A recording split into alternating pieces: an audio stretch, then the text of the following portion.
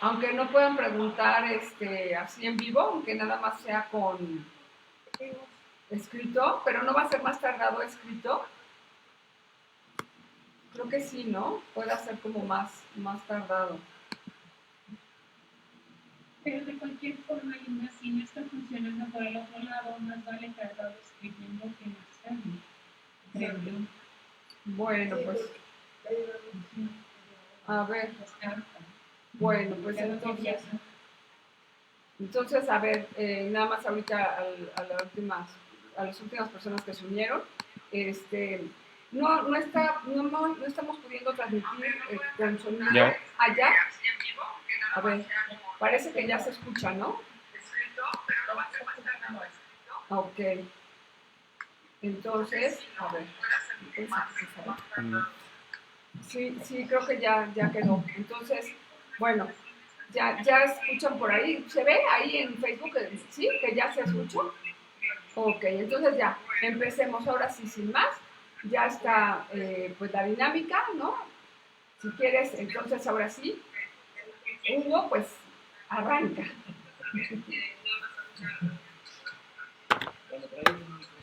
Sí, ahorita es el de Mauricio, me parece que está abierto. ¿O alguien más tiene un micrófono abierto?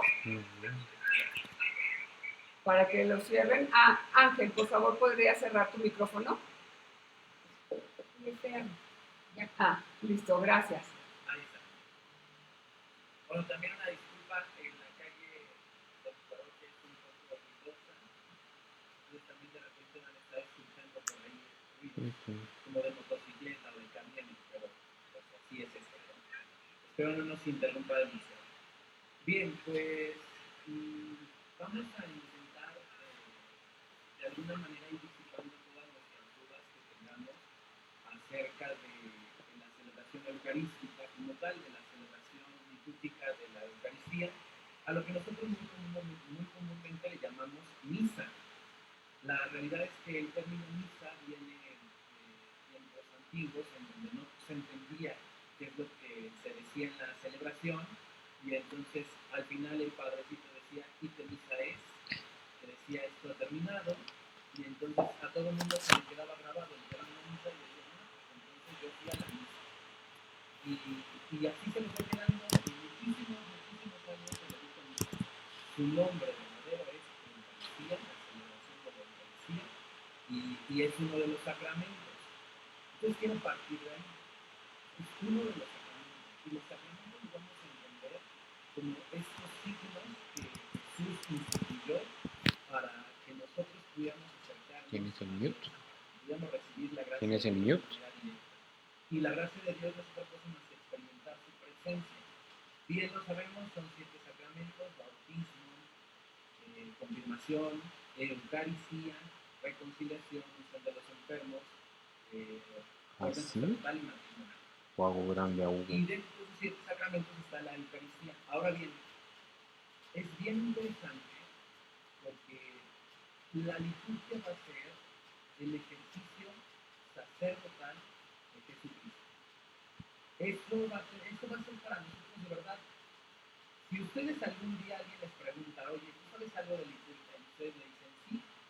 Dicen, ¿qué sabes de liturgia? Y ustedes, son los libros, son las notitas rojas que tienen los libros en la iglesia. Es saber los símbolos de la iglesia. Eso no es solamente la liturgia.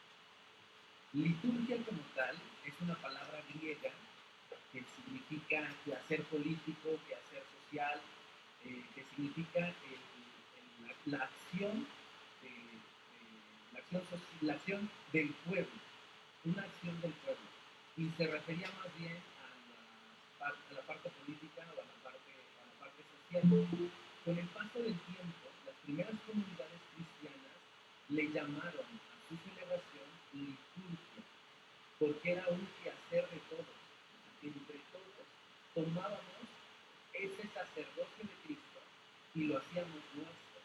Es una de las cosas que de verdad, para que ustedes digan, yo no me sienta mal el día que les pregunten quién es el Señor y que digan el Padre Hugo, por favor grábenselo. Es el ejercicio sacerdotal de Jesús. Porque para nosotros los cristianos, el único sacerdote, ¿cuál es la tarea de un sacerdote?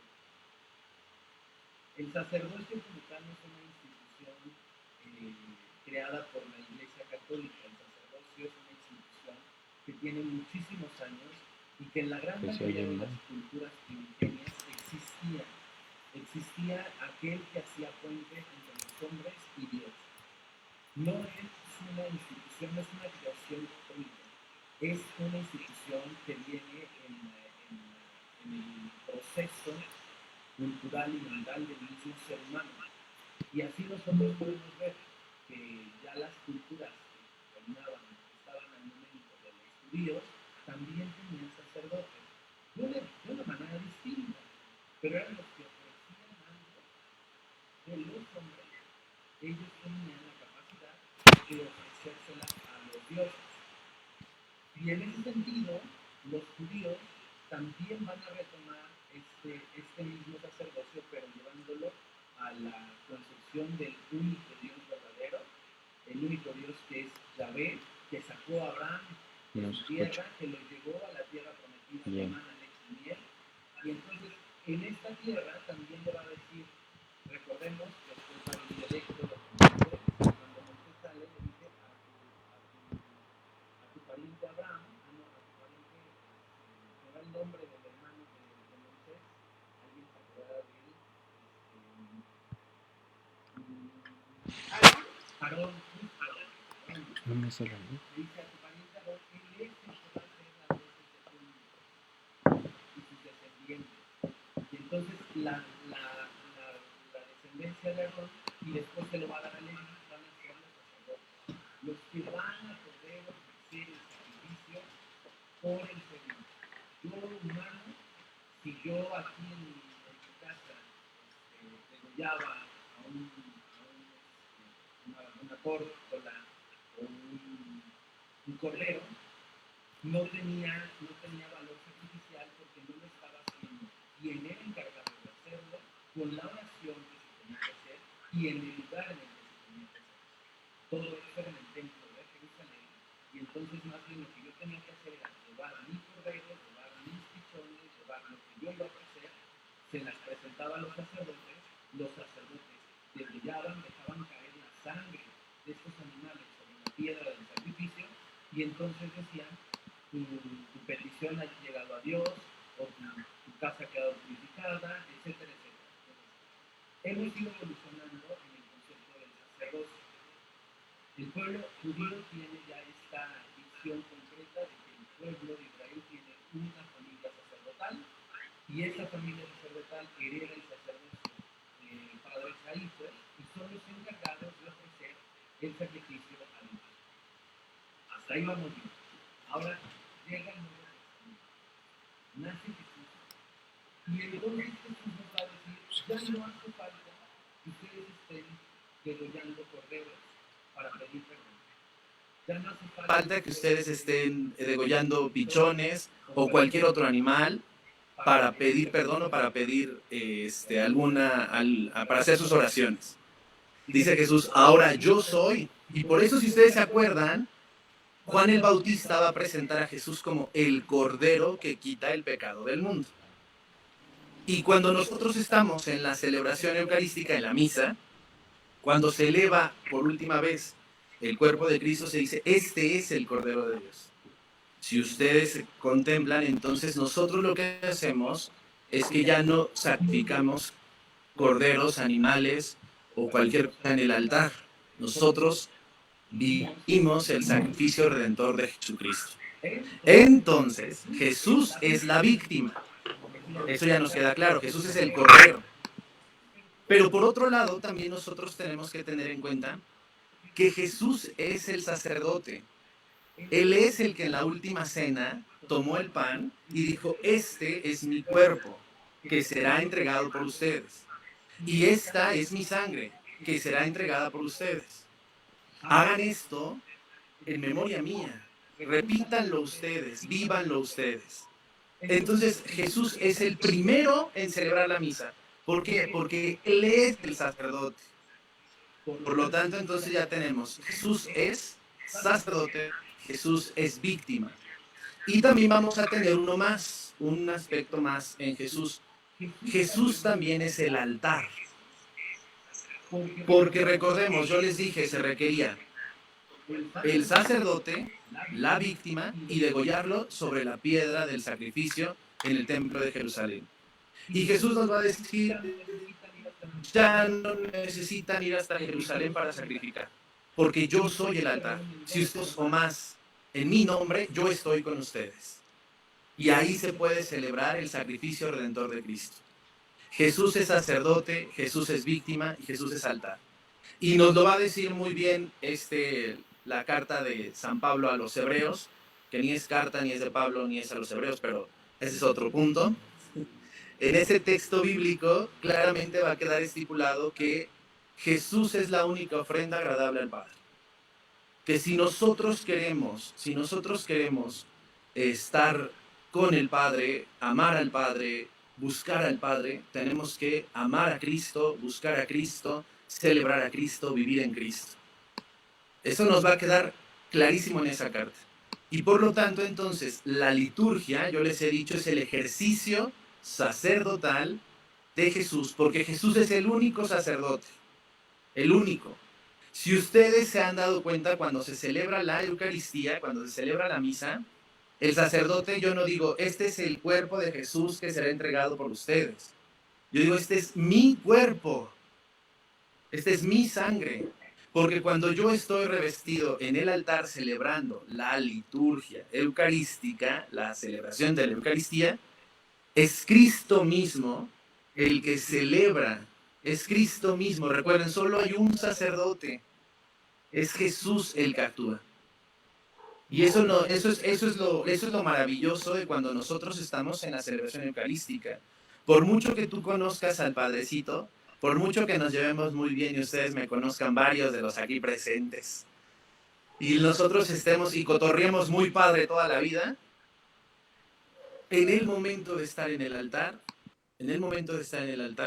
es Cristo mismo el que celebra. Es Cristo mismo el que celebra, siempre. Celebra el bautismo, celebra la confirmación, celebra la Eucaristía, celebra la reconciliación, la unción de los enfermos. Todos los sacramentos, solo los celebra Cristo.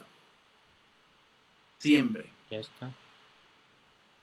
Él es entonces el sacerdote y nosotros ejercemos el sacerdocio ministerial, es decir, por imposición de manos de un sucesor de los apóstoles, se nos da la oportunidad de que el Señor tome nuestra persona para hacerse presente en medio de una comunidad. Pero, también el Señor se hace presente en el pueblo santo de Dios, también Jesús se hace presente en las sagradas especies, también Jesús se hace presente en el amor con el que nos tratamos. Es decir, esto se los digo porque a veces también podríamos caer en un clericalismo de decir, entonces el Padrecito es bien importante. Pues dentro de la Sagrada Liturgia, todos somos importantes, porque el ejercicio sacerdotal de Cristo lo realizamos todos. Ustedes como bautizados son sacerdotes, sacerdocio real, y yo, por la unción en las manos y la consagración del obispo, soy sacerdote ministerial, en el mismo sacerdocio de Jesús. ¿Bien? Entonces la liturgia es el ejercicio sacerdotal de Cristo, confiado a la Iglesia en los sacramentos. Ya, le fuimos aumentando. Pero todo esto de verdad nos va a ir dando la perspectiva de entender que dentro de una celebración eucarística, nada, absolutamente nada es improvisado. Cada una de las partes, de verdad, cada una de las partes, sentarnos, hincarnos, caminar, el silencio, el contestar, el amén, cada una de las partes implica mi participación en ese sacerdocio real de Cristo. Implican hacer valer mi bautismo y ser parte de esta familia en la que Cristo se hace presente y por medio de la epíclesis, el momento en el que el sacerdote pone las manos en el pan y en el vino, el Padre envía al Espíritu Santo y se hace presente el Hijo en las especies. Entonces, Jesús verdaderamente está presente en el pan y en el vino. Bien, hasta ahí quedó esa parte. Ya da claro que es liturgia. Ahora vamos a entrar directo a lo que es la Eucaristía. La Eucaristía, como tal, es el memorial de la pasión de Cristo. Es decir, cada que nosotros vamos a misa, lo que hacemos es vivir literal los días santos. Jueves, viernes y sábado. Vivimos la pasión, la muerte y la resurrección de Cristo en cada una de las Eucaristías. Todos los días, entonces, todos los días nosotros vivimos la pasión, muerte y resurrección de Cristo en la celebración. Y eso es lo que nosotros estamos llamados a celebrar. Es una celebración. Vamos nosotros y entonces se ha estructurado de una manera esta celebración de la pasión, muerte y resurrección de Cristo para poderla vivir de una manera, para poderla vivir de una manera comprensible. Solamente que estos ritos pues han estado presentes en la iglesia, pues pónganle ustedes 1800 años más o menos, que ha sido toda la transformación de la liturgia dentro de la iglesia, y entonces algunos de los signos, algunos de los ritos ya no son tan fáciles de entender para nosotros. Algunos de estos signos se nos han ido de la cotidianeidad, porque la realidad es que si ustedes se van al inicio de la Eucaristía es una comida. Jesús reunió a sus discípulos a celebrar la cena de Pascua. Es una celebración, es una fiesta, es un recordatorio, es una reunión, es una comida. Y eso tiene que ser para nosotros una de las cosas que esté clara, porque si nosotros vamos dándole el sentido real a cada una de las partes de la Eucaristía, mis hermanos, desborda nuestra mente y nuestro cerebro. La celebración de la Eucaristía de verdad revienta nuestro corazón del amor que Dios nos tiene y nuestra cabeza de querer entender absolutamente todo lo que en ella se realiza.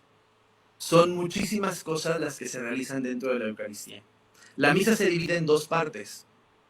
La primera parte es la liturgia de la Eucaristía y la segunda parte es... No, la liturgia de la palabra es la primera parte y la segunda parte es la liturgia de la Eucaristía. Son dos realidades, son dos mesas, así lo va a decir Juan Pablo II en algún momento, dos mesas a las que estamos llamados. A la mesa de la palabra y a la mesa de la Eucaristía. Y las dos realidades son necesarias y fundamentales en la vida de todo cristiano. Alimentarnos de la palabra de Dios. Ya lo dijo Jesús, se lo dice a Satanás, no solo de pan vive el hombre, sino de toda palabra que viene de Dios. Entonces nosotros nos alimentamos de la palabra que viene de Dios. Y toda la primera parte de la misa es este alimento de palabra.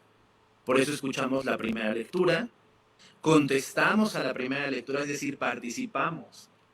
Por eso no se dice voy a misa, se dice voy a participar de la celebración eucarística. Esa es la forma correcta. Voy a ir a participar, voy a ir a celebrar la Eucaristía. Y entonces contestamos nosotros con el Salmo. Primera lectura, nosotros contestamos con el Salmo. Segunda lectura, y después aclamamos y nos ponemos de pie porque viene la proclamación. Esa no es lectura, es proclamación de la palabra de Jesús, que es distinto. Las lecturas del Antiguo Testamento o del Nuevo Testamento las oímos sentados. ¿Para qué? Para poderle tener atención y tener la actitud de estar atento. Pero de pie es reverencia, es saber que el que nos está hablando es Jesús. Y entonces escuchamos la voz de Jesús proclamada en el Evangelio y después viene la homilía. Después vendrá la profesión de fe y por último tendremos las peticiones. Eso es toda la parte de la liturgia de la palabra. Y después tendremos la liturgia eucarística.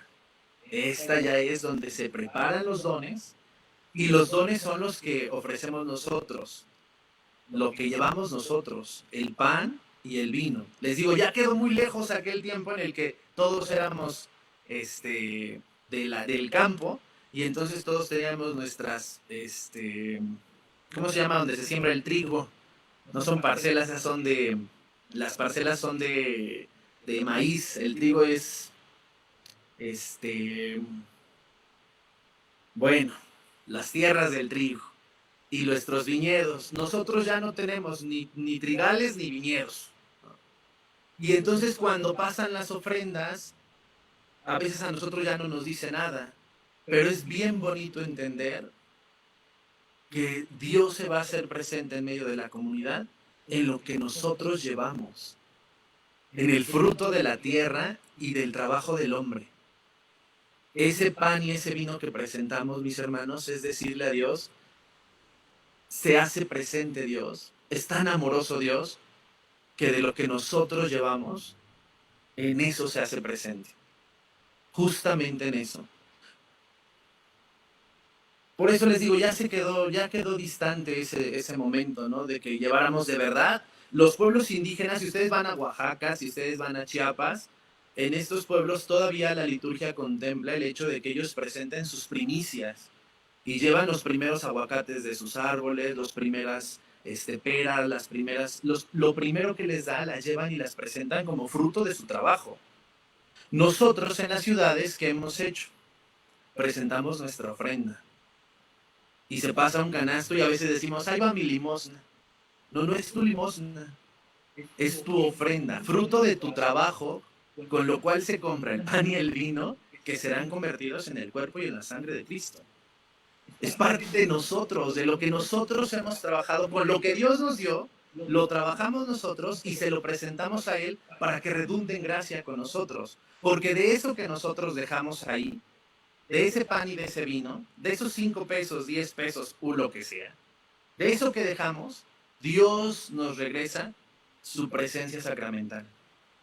Porque lo que nosotros le presentamos en el altar es convertido en el cuerpo y en la sangre de Cristo. Entonces, esa ofrenda es importantísima. Es un momento sumamente importante y significativo. Participar del momento en el que Dios regresa a nosotros convertido en pan y en vino. Vendrá el momento, ya se los había yo dicho, de la epíclesis, donde se repiten las palabras de Jesús que son textuales: mi cuerpo, mi sangre, y el Espíritu Santo desciende y entonces transforma el pan y el vino, en el cuerpo y en la sangre de Cristo, y después viene el proceso de la comunión, en donde nosotros formados, esa fila tiene un sentido, caminamos al encuentro de Dios. No se vale llegar y aventar, no se vale llegar y meterse adelante, no, de verdad, el hecho de salir de tu lugar, colocarte en una fila, ir detrás de tus hermanos, en silencio, caminando, hasta llegar a la presencia de Dios, es nuestra vida. Justamente nuestra vida es eso, es un caminar guiados hacia donde Dios está, un caminar acompañados porque no vas solo, un caminar en silencio, un caminar que a veces, si ya estamos muy grandes, cuesta trabajo, o si vas lastimado, o si vas con el pesar del día, es llevar todo eso hasta donde está aquel que le da paz a nuestro corazón, caminar hasta el encuentro de aquel que le da vida a nuestro ser, caminar al encuentro de aquel que lo llena todo, reparar nuestras fuerzas, dejar lo que nos pesa en sus manos y cargar junto con él el yugo, es llegar hasta su encuentro. Entonces esa comunión, ese caminar, también es sumamente importante. Y después, el silencio. El silencio porque Jesús ahora está en ti. La comunión es unirte a Jesús, unirte a tus hermanos. Y entonces en el silencio escuchar la voz de Dios. Yo voy a terminar hasta aquí para escuchar sus preguntas, pero con un comentario que les acabo de decir ahorita en misa. Ese silencio es sumamente importante. El Papa Juan Pablo II, en una encíclica que se llama Manum Nobiscum Domine, quédate con nosotros, Señor, de aquel año de la Eucaristía, el Papa Juan Pablo nos decía que una de las actitudes más bellas que se pudo haber tenido en este mundo con Jesús fue la que tuvo Juan en la última cena. Cuando se pregunta al traidor, Pedro y Juan reposa su cabeza en el pecho del Señor. Y decía el Papa Juan Pablo II que cuando nosotros adoramos la Eucaristía, cuando nosotros en el silencio adoramos la Eucaristía, es repetir este signo. Reposar nuestra cabeza en el pecho del Señor y poder escuchar el latir de su corazón y en ese silencio poder descubrir que Dios está presente en nuestras vidas. Bueno, pues son las dos partes de la Sagrada Eucaristía. Y ahora sí, vámonos con sus preguntas. No me fui parte por parte porque a lo mejor algunas ya se las saben y más bien si alguno tiene alguna pregunta, pues con mucho gusto lo que sepa se los puedo compartir. Bueno, entonces, como les decía al inicio, si quieren escribir... Ok, entonces, Raquel Ibarra, prende tu micrófono. ¿Puedo preguntar? Sí. Sí. Pues yo creo que sí, sí, ¿verdad? Es que no me escuchan. Es que no te oigo nada. Perdón, no me escuchaban a mí. ya. Sí, Raquel, pregunta. Ok. ¿Tú qué opinas de lo que se ha comentado de que en ese momento de la consagración, de la epíclesis, es como si los ángeles bajaran del cielo en ese momento? Ok. Tenemos nosotros, ¿ya es la pregunta? Sí, Bueno, es es la pregunta. Ajá. Hola Raquel, buenas noches. Hola. Sabes que una de las cosas que nosotros debemos de tener en cuenta, y es una belleza, no me acuerdo del santo, pero se los voy a buscar. Hay un santo ortodoxo ruso que dice que cualquier ser humano que entrara a una misa sin conocer la celebración tendría que caer estupefacto de la hermosura que es la liturgia, celebrar la liturgia. Porque es el momento en el que la iglesia celestial, ángeles, arcángeles y todos los santos se unen con la iglesia peregrina, es decir, nosotros que estamos en el mundo, para el momento en el que Cristo muere y resucita en el altar. Entonces, a lo mejor es una alegoría muy infantil o muy no sé cómo llamarle, pero es una realidad. A lo mejor imaginar ángeles volando como el canto es hermosísimo, Ajá. pero la realidad es que más allá de imaginarlo, lo que nosotros tenemos que entender es que es un momento en la historia en el que el tiempo y el espacio se detienen, porque aquel que lo es todo, aquel que está fuera del tiempo, aquel que está fuera del espacio, aquel que lo es todo, que lo sabe todo, que lo puede todo, en un momento lo participa con nosotros, que es el momento, el momento en el que las sagradas especies se transforman en el cuerpo y en la sangre de Cristo.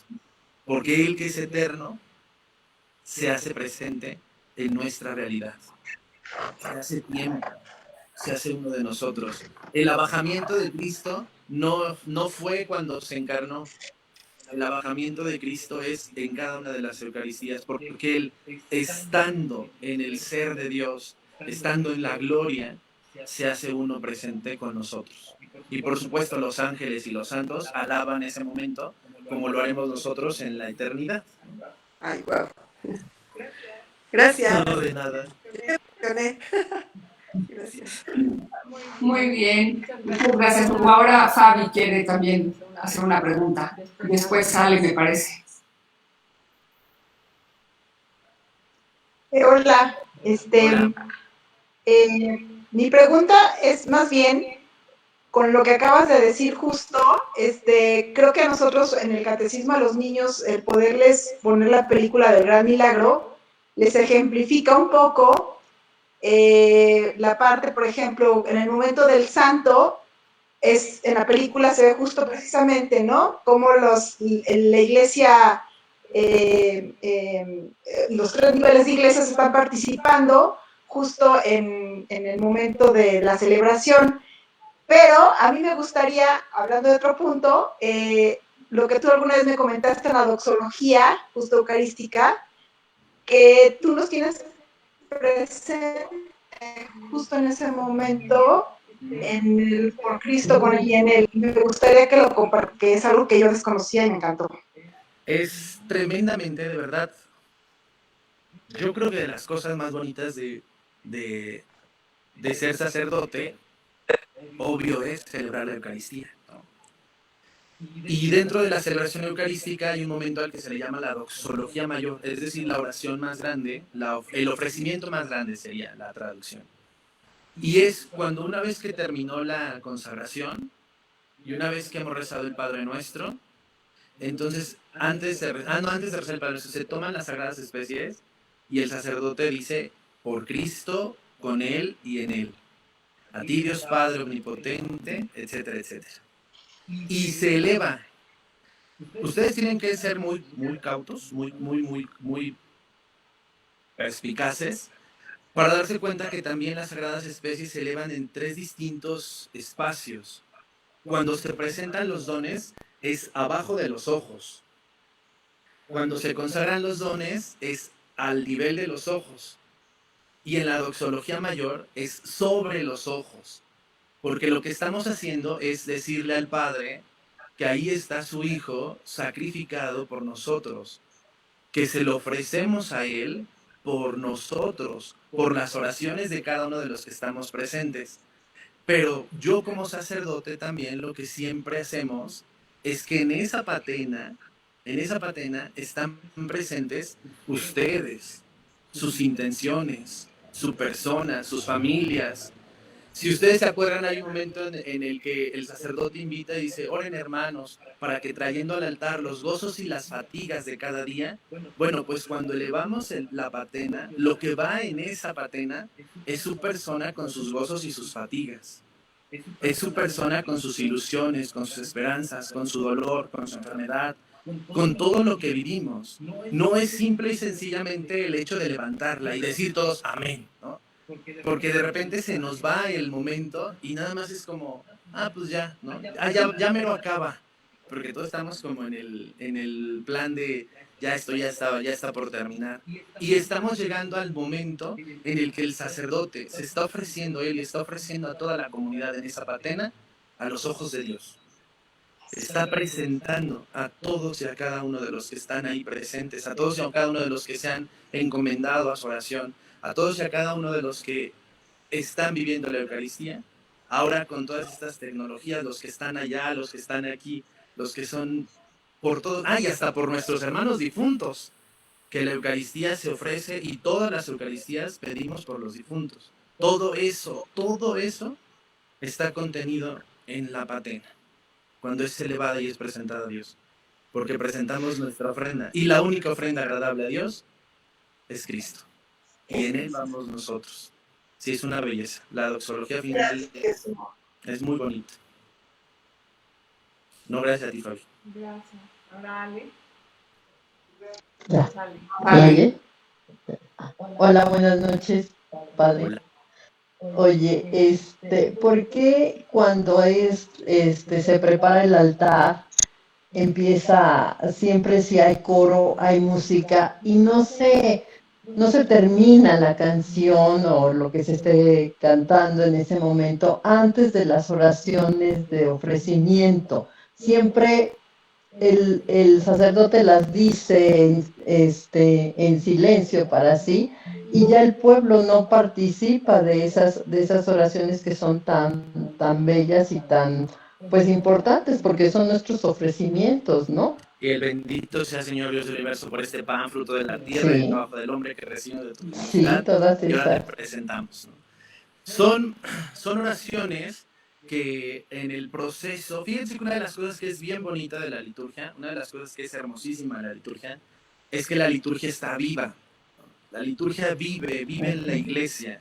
Este ministerio sacerdotal de Cristo este sacerdocio real de Cristo está vivo dentro de la iglesia y nosotros somos custodios de él y ha ido caminando. Vamos, es que a mí no me gustaría llamarle evolución porque no es que vayamos a llegar a, bueno, que sí vamos a llegar a la plenitud de la Eucaristía. La plenitud de la Eucaristía será cuando estemos cara a cara con Dios. Ahí será una eterna Eucaristía porque estará enfrente de nosotros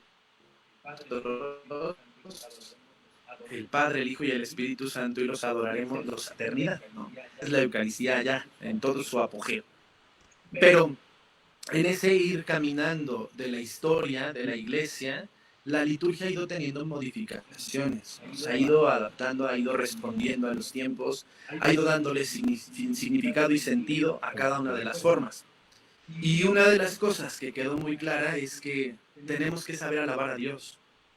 O sea, una de las cosas que sí quedó clarísimo en la iglesia es nosotros somos la iglesia que peregrina y que alaba a Dios en la tierra. Entonces el canto se vuelve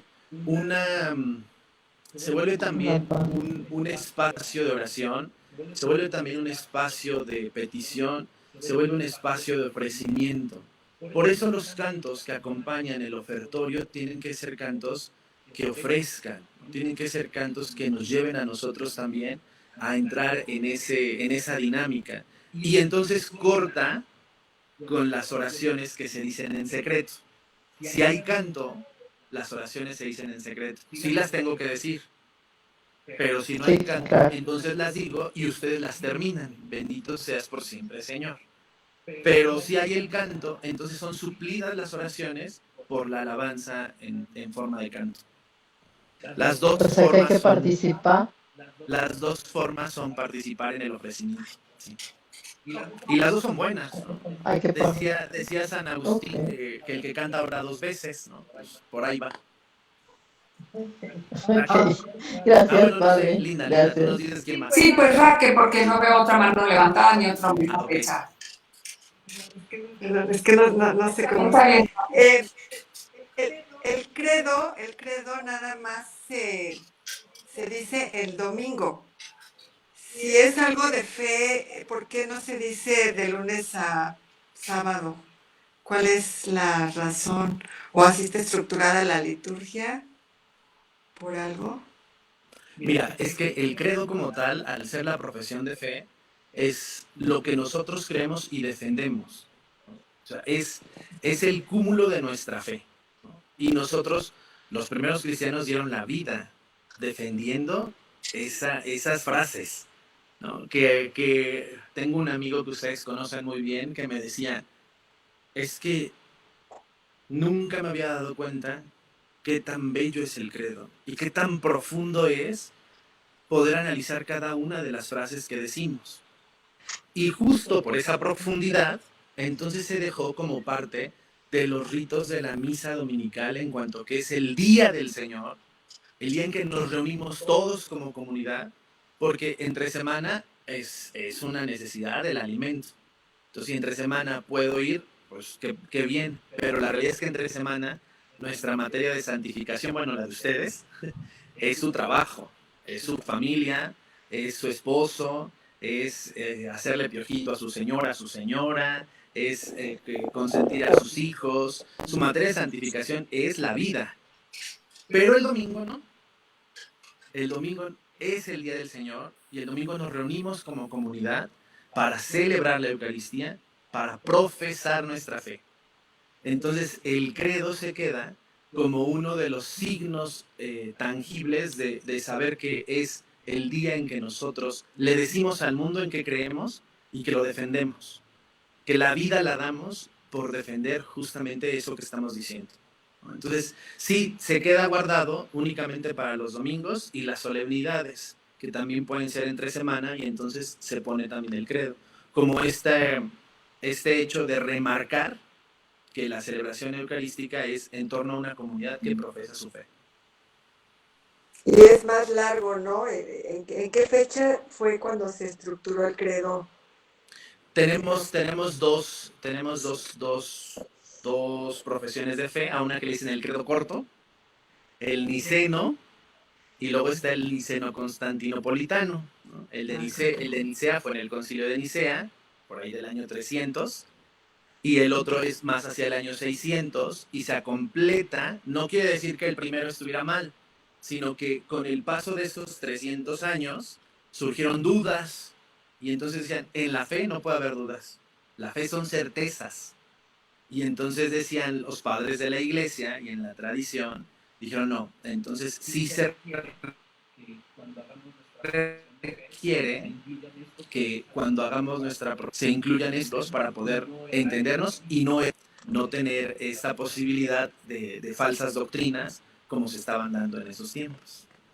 Pero los dos credos son buenos, y el credo, el niceno, se deja para las fiestas de Cuaresma y Pascua, y el niceno constantinopolitano, pues ya para todo lo demás, el tiempo ordinario, Adviento y Navidad.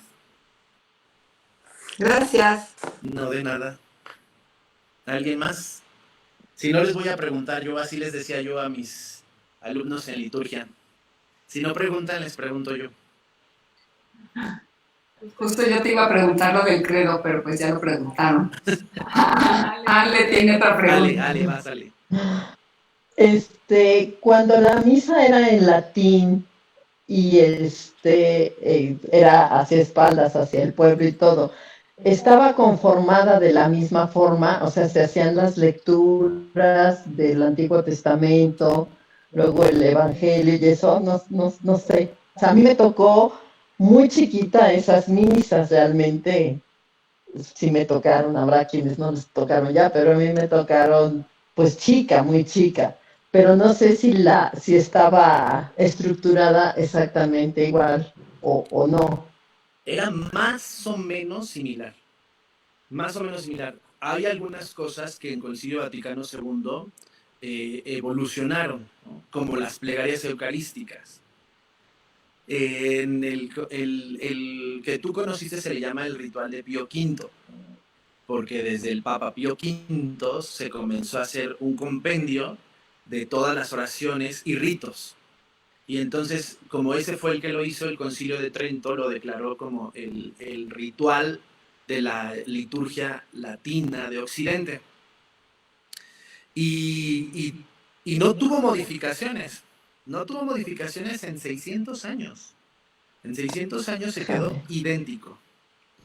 Por eso es que esa misa, las personas, por decir, nuestros papás o nuestros abuelitos, o sea, no había manera de que no se supieran, al menos escuchar el latín y saber en dónde iba la misa, porque no se movió. O sea, fueron así, no se movía una palabra, no se movió una persona, no se movió una hoja, siempre al mismo tiempo, al mismo momento, en el mismo lugar. Es más, el ritual marcaba con qué dedo tenías que tomar las cosas, qué dedos ya no podías separar después de haber tomado la sagrada especie, cómo persinabas, cuántas cruces, con qué mano, con qué pie subías, con qué pie bajabas, hacia dónde girabas. Eran muchísimas normas, muchas normas.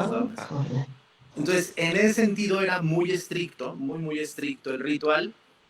Bellísimo en sentido, porque el escalón era pedir perdón en el segundo escalón y ahí dejas caer la rodilla, siempre la derecha, las manos nunca salían de más de los hombros, tenían que estar a la altura del corazón, porque era hacer la oración desde el corazón. No, eran una serie de cosas así muy exactas. Entonces, en ese sentido, podríamos decir que la liturgia después del Concilio Vaticano II sí tuvo una evolución. No de manera, no en el fondo, sino más bien en las formas. Sigue siendo la celebración eucarística de Cristo, sigue siendo la pasión, muerte y resurrección de Cristo, pero sí las formas sí. Una de ellas, por decir una de las más sencillas, es en el rito de Pío V, en todas las misas tridentinas que ustedes hayan visto, oído, nunca se leían lecturas del Antiguo Testamento. Nunca. Era epístola y evangelio. Por eso, a lo mejor a ustedes vieron a su abuelita o alguien sí que decía, tú te sientas del lado de la epístola y los niños del lado del evangelio. Y sí, así era, de donde Ah, estaba el sí. Padre a la izquierda era la epístola, a la derecha el Evangelio, al revés. Y así era como se reconocía, porque de un lado se leían las cartas y del otro lado el Evangelio. Entonces no había lectura del Antiguo Testamento, eso es con el concilio y las reformas de Sacrosanctum Concilium se integran todas las lecturas del Antiguo Testamento que ahora conocemos. Y la otra, la misa se separa el altar y no es que ahora el sacerdote le dé la espalda a Cristo, bien juntos, elevamos las miradas, pero antes era que él desde el frente miraba también al crucifijo. Entonces, ahora ya no, ahora juntos, toda la asamblea mira hacia el altar donde Cristo se hará presente. Pero el crucifijo no puede faltar. Esa es una de las normas, ¿eh? Esa es una norma litúrgica de las que sí quedaron clarísimas. No puede celebrarse la Eucaristía sin un Cristo, sin una cruz con Cristo. Así ¿En lo el dice. altar? ¿Sobre el altar? En donde quiera que la pongas, pero debe haber cruz con Cristo. Esa es norma. Así es que si un día ustedes quieren que les toca que la visita del Santísimo, o que van a celebrar misa o algo por el estilo, Sí. no puede faltar una cruz con Cristo. Porque es el sacrificio redentor de Cristo el que vamos a celebrar al final del día. Entonces esa es Sí. parte de las cosas que tenemos que tener siempre presentes. Sí, como Mesac es parte importantísima llevar un Cristo. O sea, Sí, no claro. podíamos hacer sin el Cristo. O sea, aunque fuera colgado, incluso cuando íbamos al hospital, ¿no? O sea, como fuera, pero tenía que llevar el Cristo. Ok, gracias, Padre. Muchas gracias. Está casi terminando, o ya terminando más bien el tiempo. ¿Alguien ¿Alguien quiere hacer alguna ¿Preguntar? pregunta? Sí, claro que sí. Yo Leti. quiero preguntar. Sí, pregunta. Gracias. Buenas noches, padre. Buenas noches. Buenas noches. Mi pregunta es esta. Bueno, esta es mi pregunta. Alguna vez escuché que el tener la posibilidad de asistir a la celebración eucarística tiene un gran valor cuando uno está vivo, que es diferente que cuando uno ya muere. Aunque le manden a hacer muchas misas, no, digamos, no se tiene el mismo beneficio. Y yo me preguntaba si es porque estando en la celebración eucarística, pues puedes alimentarte tanto de la palabra como del cuerpo de Cristo, y cuando ya has muerto, pues no tienes esa posibilidad. No sé si es por eso y esa es mi duda. Y está padrísima tu duda. De verdad, buenísima. Ahí te Gracias. va. Sabes que una de las cosas que nosotros debemos de tener siempre en mente es que Dios nos hizo para ser felices. O sea, Dios lo que quiere de nosotros es que seamos felices, plenos, santos al final del día. Y nos da el alimento para lograr alcanzar esa meta, que es su cuerpo y su sangre. Entonces, cuando nosotros hacemos una oración por los vivos, lo que le estamos pidiendo a Dios es que esa persona pueda disfrutar, que esa persona pueda verdaderamente unir su vida a la de Cristo y que en vida pueda él ya gustar de lo que será la gloria, es decir, alimentarse del cuerpo y la sangre de Cristo. Nosotros lo que pedimos, cuando pedimos por los vivos, si ustedes se acuerdan, lo pedimos por su conversión, por su salud, por sus necesidades, en acción de gracias por su vida. O sea, pedimos porque se haga patente en su vida la felicidad que Dios nos ofrece. Le pedimos a Dios por esa persona viva que en algún momento Él pueda disfrutar de esta unión con Dios, ¿vale? Hugo, por aquí hay una pregunta. Espérame, porque no terminé, me falta un pedacito. Perdón. No. Y por los muertos, esto es tema de escatología, es hermosísimo, ahí te va. Dice no me acuerdo si es Julián López o es Dionisio Borovio, no me acuerdo cuál de los dos liturgistas es, que cuando nosotros somos juzgados ante la presencia de Dios, todas las oraciones, misas y sufragios que se van a ofrecer por Él son contadas en ese momento. Porque lo que vamos a ser juzgados es por el amor. Y nosotros, los que nos quedamos en la tierra y amamos a los que se nos fueron, nos seguimos recordando y pedimos por ellos.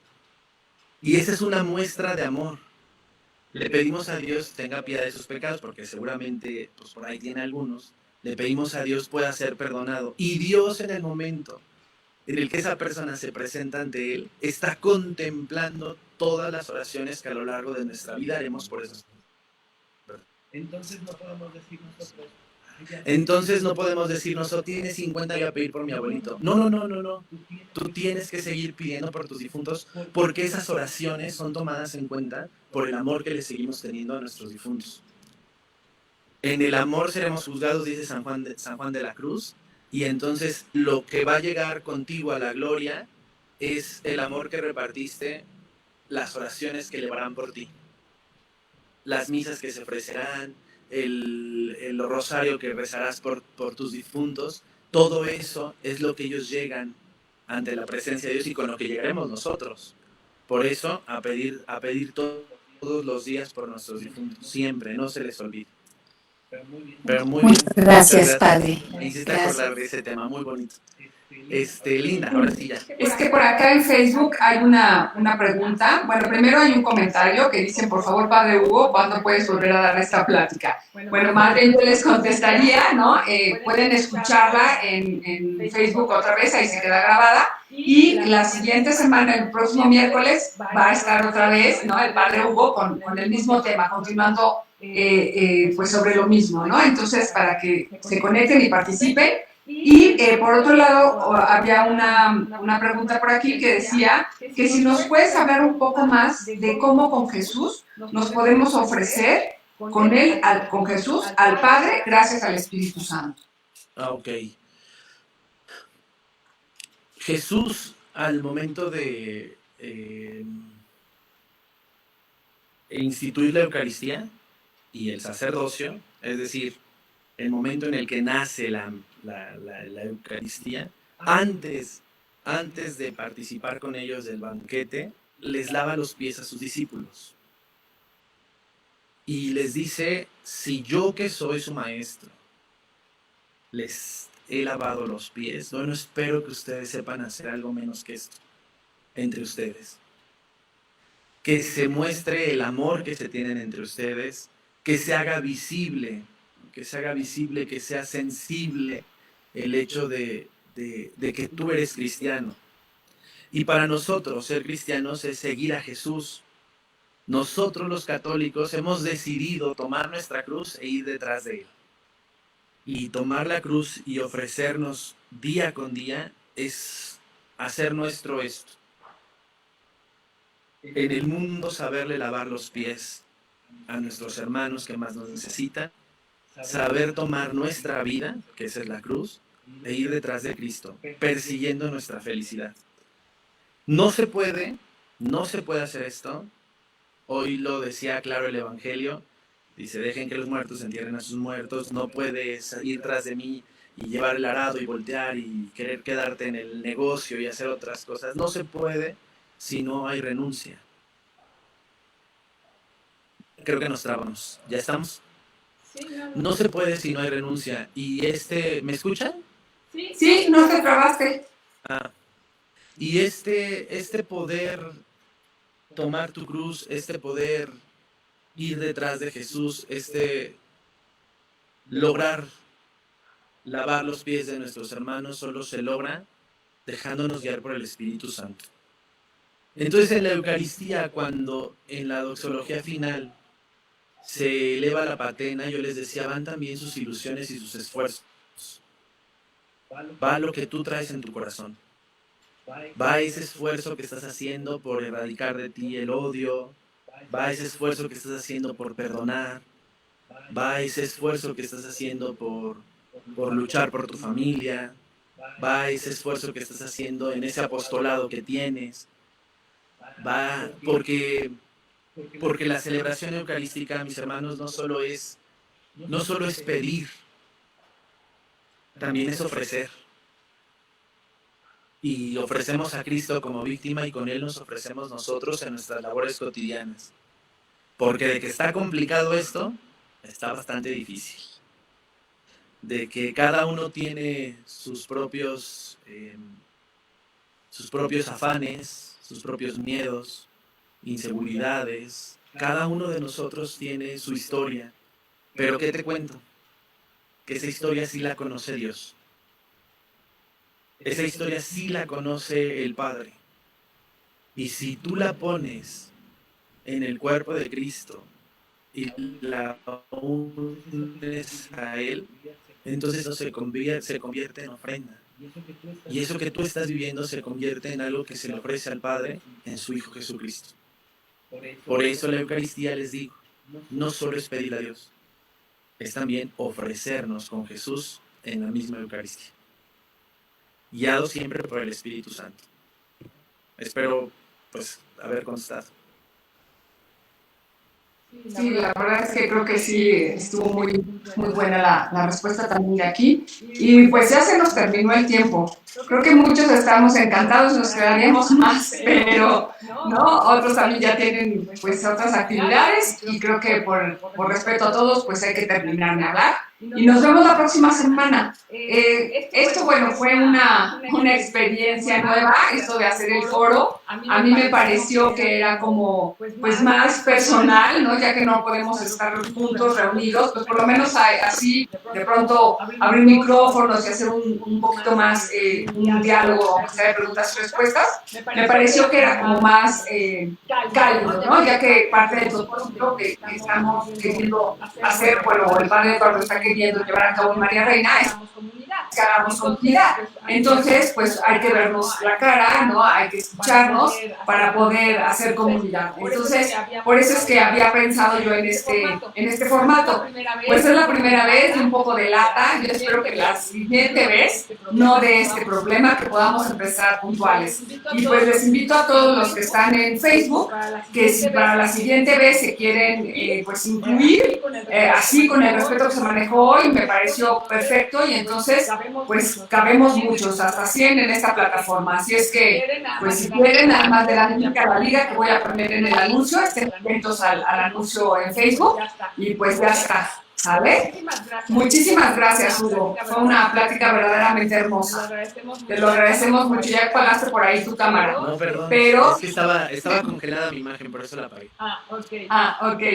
Pero te agradecemos muchísimo tu participación y te esperamos con muchas ganas para la próxima semana. Yo con todas las ganas del mundo, de verdad, no saben. A mí me encanta, me fascina el tema. O sea, es de las cosas que